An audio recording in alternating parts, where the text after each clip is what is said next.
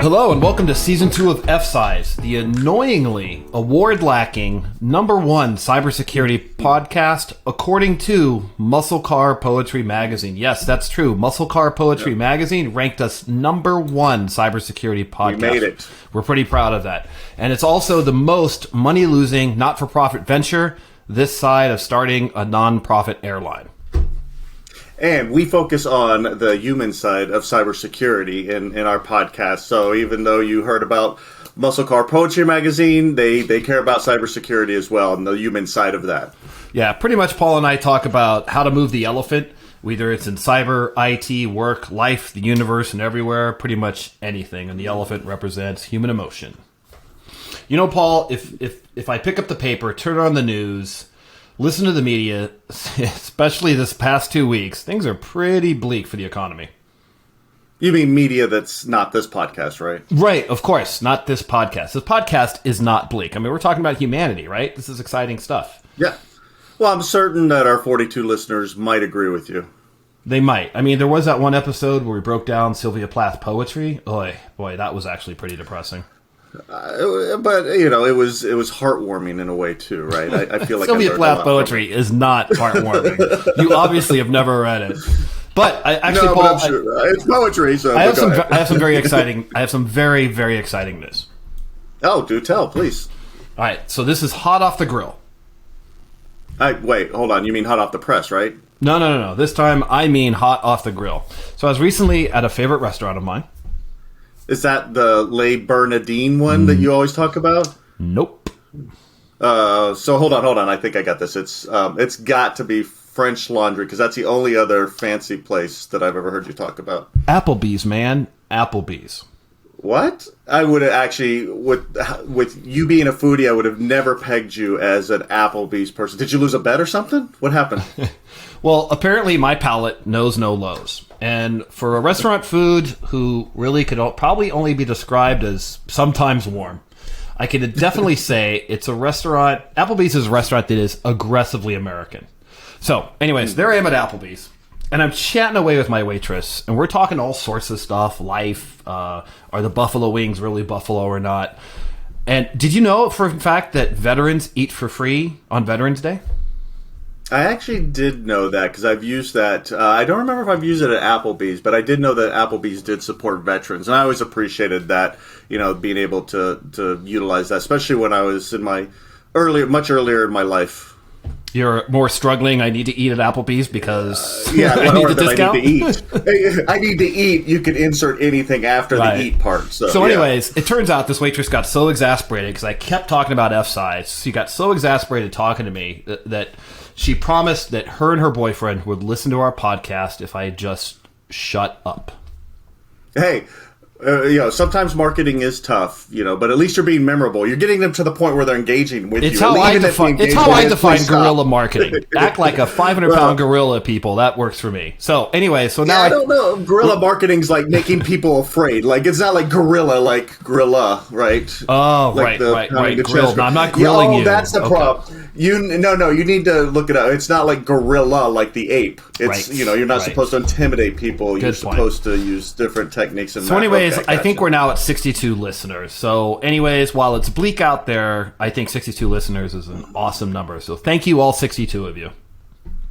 Yes, thank you. And it's we do appreciate having 62. I think that's the exact number because Jason does track it every week because I hear about it very frequently. Metrics. Wait till we get to that episode. Oh gosh, I can't wait because Jason is a metrics fanatic, so that'll be interesting. So what a great unnatural segue for our topic today, going from Applebee's, Sylvia Plath to metrics to recruiting, and specifically cybersecurity recruiting. Yeah, and jobs in cybersecurity. You always hear about the market with cybersecurity jobs and everyone's hyping it up, but then you hear people, it's a very interesting dichotomy. You hear people say, oh my gosh, there's 500,000 jobs in cybersecurity, but then you hear stories about recruiters ghosting people and, never getting back or doing the resume and having to fill out the electronics. So it seems like there's just this interesting relationship between recruiters and the people being recruited. And have you worked with recruiters before, Paul? That's probably the stupidest question I've ever asked you on the show. No, actually, not bad because they say networking's a big thing, but no, I've worked with recruiters. I've worked with very, very, very good recruiters in the past. Ones that fully communicated, made me feel like they cared about me beyond the transactional activity. And then I've worked with recruiters who it's like just ghosted and stopped talking after a while. It's like I've had both types of experiences. How about you? Oh, yeah, same. And, the ones that you're like at the DMV, take a number, are just the worst one where it's just a numbers game. Throw 100 candidates at the client and see what sticks kind of thing. It's, oh. Oh, yeah. I see so many of those who just throw any role into a large group. And, I actually get those sometimes where people will send me a note saying, hey, we need a full stack developer or we need a junior GRC analyst. It's like, oh, to you? Yeah, to me. And it's like, okay, I mean, listen, I'm not beyond doing any type of job, but, you may want to consider like where somebody is in their career before you start, spraying them with a whole bunch of different. Do you think that roles. is? Do you think like maybe at our level, both of us being chief information security officers, do you think they're doing that same spay and spray with CISOs? Or do you think that's because of the level we're at where it doesn't occur? Oh no! It feels like sometimes, and this is the bad ones, right? Like we're talking about extremes, right? But I think that some of them just see the word security or have an algorithm that says, "Hey, if you see the word security, throw every role we have at them." Yeah. And it's not helpful. It doesn't build confidence in that recruiter because one, I wouldn't respond to it because I'm not going to use my time. But two, I probably wouldn't use that recruiter for any roles that I had. So it's like you're actually damaging yourself from both sides if you're hitting the wrong person. Right. Well, we're going to dig into this topic with our guest today. So, I have this really, no, I was going to say bad. Maybe it's a bad habit. I have this bad habit and hobby. During work, I'll troll YouTube for 80s and 90s music for background music as I'm working. Because then I'll look away and remember back when I used to love these songs and stuff. Anyways, I fell down the rabbit hole this past week, and for some reason, this person that we're about to have on our show came to mind when I played the Joe Esposito song from Karate Kid. I don't know if you're familiar with this one. It's "You're the Best." Yeah. It's the tournament wait, song. do you have one of the Karate Kid people here? No, he's worth it. I was gonna say, did they go into cybersecurity recruiting? Dude, this guy is worth it. But anyway, so this is it's the song DeLuso's playing when he's fighting his way through the tournament. Total 80s power anthem. Anyways, literally, when I hear like "You're the Best," that's what I think of this guy we're about to have on the show when it comes to recruiting. Wow, so that's high praise, Jason. When you equate somebody with like an 80s song, that means you actually like him. I've never even gotten that honor yet, so that's pretty impressive. I don't know if that's true. You might want to check your 80s music library again, because I'm sure there's some bad references, but this is not the case. This guy's a superstar. His name is James Warren. Awesome. He runs the cybersecurity recruiting team at Stanton House, and he's been recruiting in cybersecurity in the United States for the last 4 years. Please, James, welcome to the show. Hi guys, absolute pleasure to be here. It is our pleasure to have you. I don't know if I like the pressure that song puts me under. If maybe you could amend the lyrics to one of the better ones, or he's quite good. That might be the somewhat not good as best, like a Monty Python. We'll work on that. Well, hey, hold on. The real pressure is going to become when he asks you to sing the full song. So you're going to go ahead and want to look that up right now and make sure you know the whole song by heart by the end of the podcast. So James, I already know this in my head, but if you can just give like a elevator pitch of like what sets you apart from most recruiters out there, in your opinion. What do you think you and your team does special that other recruiters in cybersecurity may not be doing? I think it's a really good way you frame the question, actually, because having worked in the recruiting industry for as long as I have, I think there's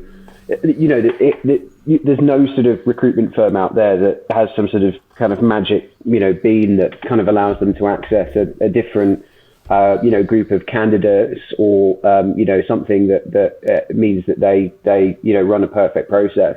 Recruiting is a bunch of actually quite simple but quite finicky things that you have to do, and in order to maximize the chance of success, and normally giving the best experience possible correlates pretty closely with that. You can't cut corners. So you take the job seriously and you give people the respect that they deserve. I think that also as well, as an industry specialist, I do genuinely believe that that's really the only way you can give a top level service. Because I mean, I go to the example that you had, Paul, somebody sending you jobs for GRC analysts and so on. That comes from ignorance, and not somebody going, I'm going to really ruin Paul's day here, So yeah, I would say that also we know what we're talking about and we know what we're looking for, as simple as that might sound, but many recruiters don't. So yeah, that's probably part of it. Yeah, man. We bring up a. Oh, go ahead, Jason. Paul, no, please, after you. Oh, okay. I was going to say, you bring up service, right? And that actually means a lot, because we were just talking about great service at Applebee's. Jason, that's why Jason goes there, because of the great service. What would you, because you hear so many good and bad stories, and somebody just starting out in the field doesn't know what good service from a recruiter looks like, but also a new hiring manager may not know what good service looks like from that side of it. What's a couple bullet points that you think, should be an expectation of both the recruiter, of the person being recruited, and the company using a recruiter for what you would consider great service? Yeah, that's a really good question, because not sort of many people talk about what great service looks like from the client side. I mean, from the candidate side, it looks like first of all approaching the right people. I think it comes from listening to actually what that person wants to achieve. And it's also being very honest with what you are working on actually fulfills those goals. I always say the same thing to candidates, when we're kind of close to the end of an offer stage, which is I say, look, my job at this stage is just to give you as much information as possible in order for you to make the right decision for you. And if, whatever I tell you means that this doesn't match up, the best thing that you could possibly do for the both of us is tell me that. And if there's things that would need to be different about this role in order for it to be interesting to you, then my job is to try and get that for you. So it's a very collaborative relationship from the candidate side, a good recruiting relationship. And I think from the candidate side, you genuinely feel like you're working with somebody who has your best interests in mind as opposed to just filling a job.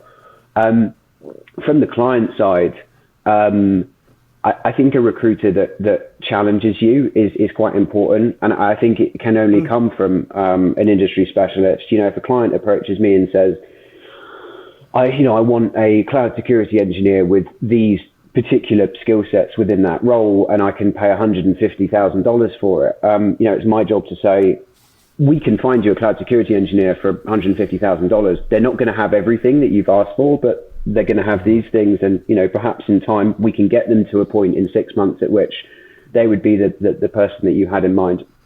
And if you're not working with an industry specialist, you can waste a lot of time and get very frustrated, not understanding why the process that you're running isn't working. And then from the client side, it's exactly the same thing. That there is no value to you in me trying to close a candidate who ultimately isn't right for this job, or that this job isn't right for, because that just isn't going to work out long term. So again, I think being very honest with clients is extremely important. So that's probably a couple of bullet points that I would have. Man, that's just honesty all the way around, basically. Yeah.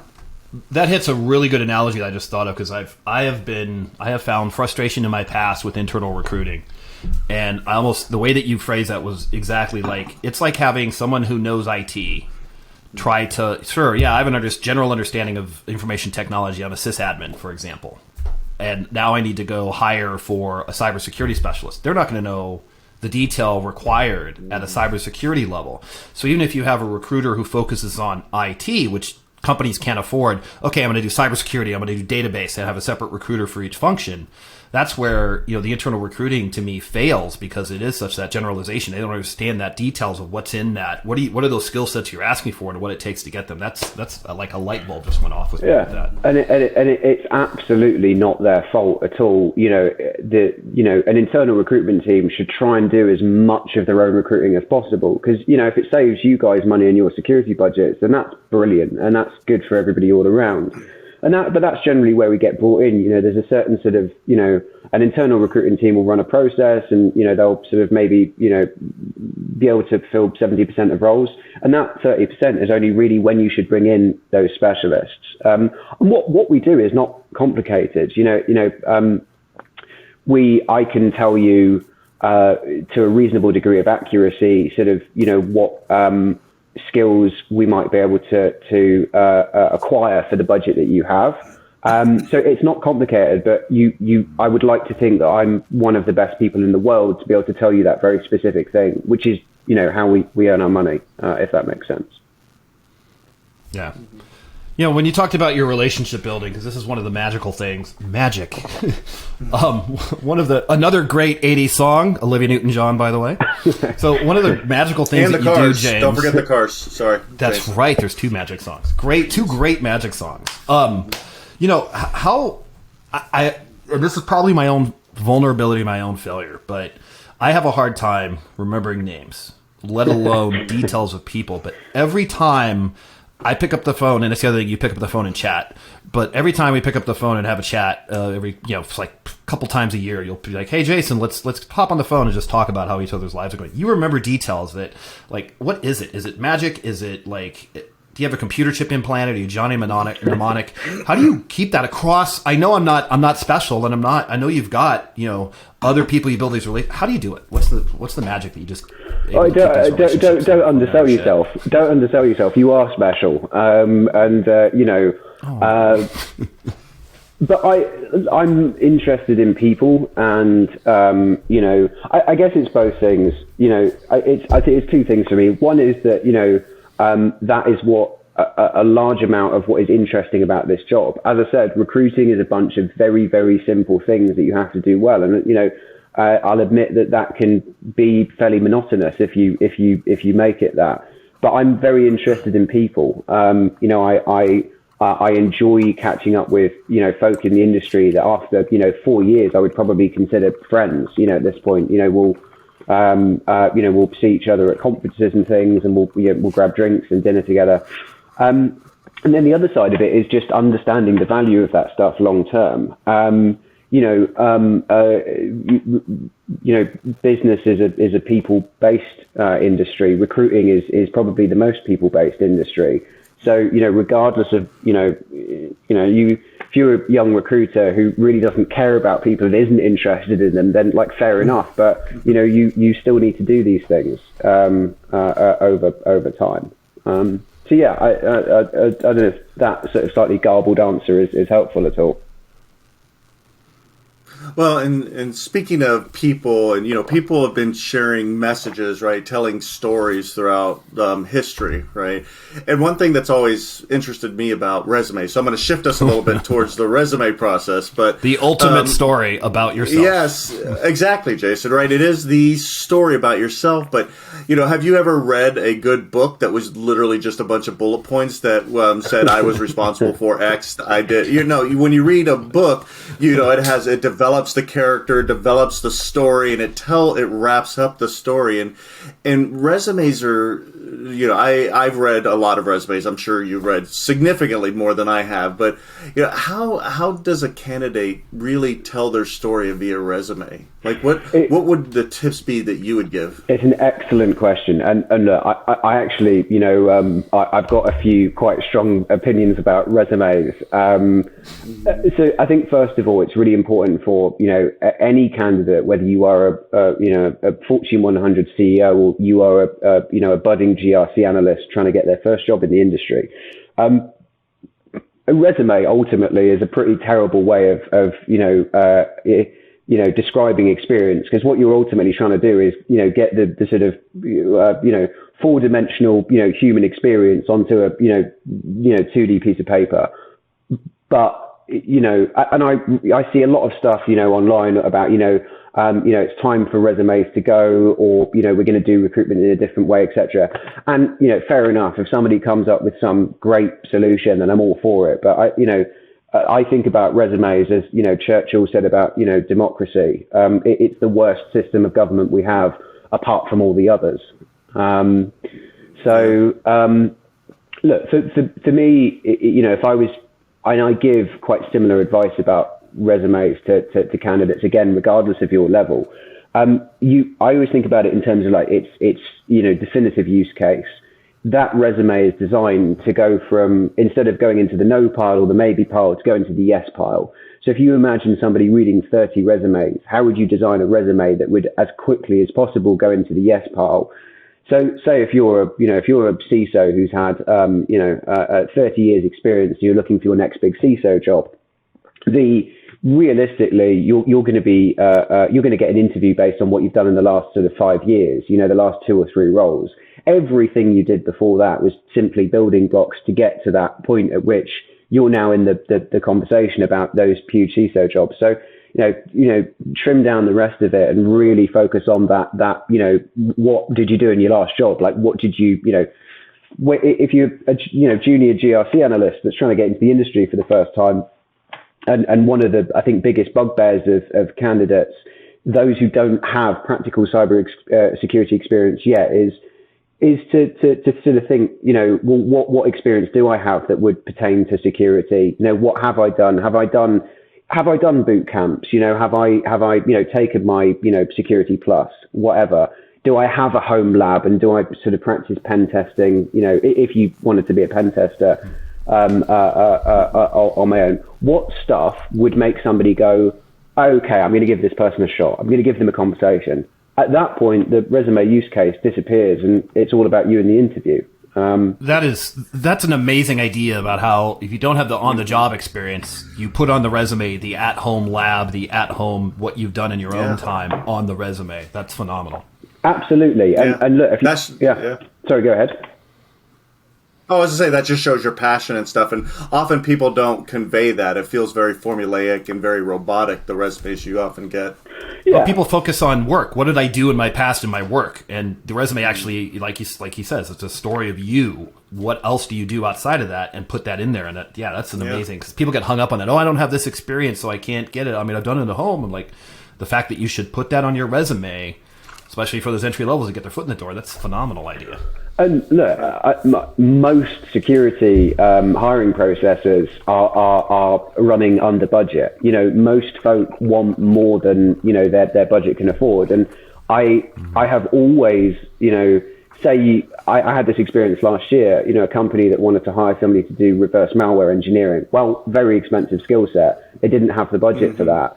So we agreed that we would look for 3 years of detection and response experience. And then if they've done some work in a home lab in terms of malware, that would be a sort of clue that they had the passion to kind of really develop that skill set in the role. So I would use the same advice if you're looking to change careers in security as well. Yeah, that's a really great point. So I'm going to ask you one more question, because I'm hitting all the stressful things, right? Resumes are stressful for people. Interviews are very stressful for a lot of people. And being able to try to tell the storytelling skills during an interview seems to be difficult for the people I've talked to, or when I've seen people, you can see they're struggling to really tell the story. And sometimes it feels like it's focused on just rote answers or what they think they want to hear. What are some things that you would recommend to people for telling that story without overtaking the whole thing? Because you have to go through the process. People have to ask their behavioral questions. But how do you recommend people interject their stories? Yeah, really good question. We've actually done quite a lot of work this year on interview preparation for the CAT, because we've always had processes, but this year we've sort of really thought, if we can increase I've had wonderful stories in the past of, working with candidates who had struggled to get their dream job or a new role for years. And, they'll tell you, I can even think of a specific example of a guy who had, he was a penetration tester. He had a defensive security certification. And he'd tried to get a more senior penetration testing. The guy was on like $100K a year, like well underpaid. And this is going back 3 years when pen testing was a much bigger thing in house. And we sat down for some interview prep together. And on a very practical level, the room that he was in was a bit of a state. He was wearing a baseball cap and stuff. And so we did a little bit of work on we did a little bit of, well, yeah, Jason. And look, I don't give a, I don't give a damn if you're wearing a baseball cap, but some people do, and you have to play this game. Interviewing is a skill. And then we started talking, and the nervousness in his voice, and I said to him, look, let's reframe this. Like, you're not going for an interview. You are going to go and have a conversation with another professional about potentially working together. Like, if you don't have the answers to the questions, then this isn't the right job for you. And if you do, just tell him. And it took a little bit of a while, but he had a bit of a paradigm shift in terms of seeing what that process actually was. And, it took a couple of goes, but he ended up getting a really fantastic penetration testing job. And I still catch up with him, and he's been promoted, and this was a year ago. So, interviewing, just like the resume, it's this little gateway that you have to get through, and you absolutely can get better at it. And there are some people out there that could significantly increase their earnings with just a little bit of preparation and a little bit of help about kind of getting through that bottleneck. Gotcha. James, what are candidates looking for these days? What is it? It used to be great coffee and a foosball table. What is it these days that candidates are wanting? I don't think candidates are ever looking for that. I think there was a lot of there was a big corporate marketing campaign about foosball tables. We actually have a foosball table in our office and do talk about the coffee. So, maybe have if you either die a hero.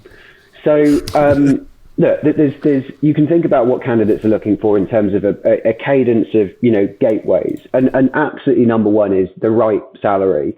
You see recruiters out there sort of posting things like, I don't post about salary because I don't want to attract people who are just interested in the money. I think, what are we talking about here? I mean, it's a job, like it's a gateway. If the money's right, then the other things start to matter. So the money's right. And look, if you have a budget that is not high enough to hire the skill set that you're looking for, I will work with you, and we will find together somebody who is grateful to have that job, who sees this as a step up. There's not everybody is earning a fixed rate in this industry. We can have a win-win situation where you can find a candidate that actually this is a fantastic career opportunity for them, but the money has to be right. Like you have to be paying somebody what they're worth.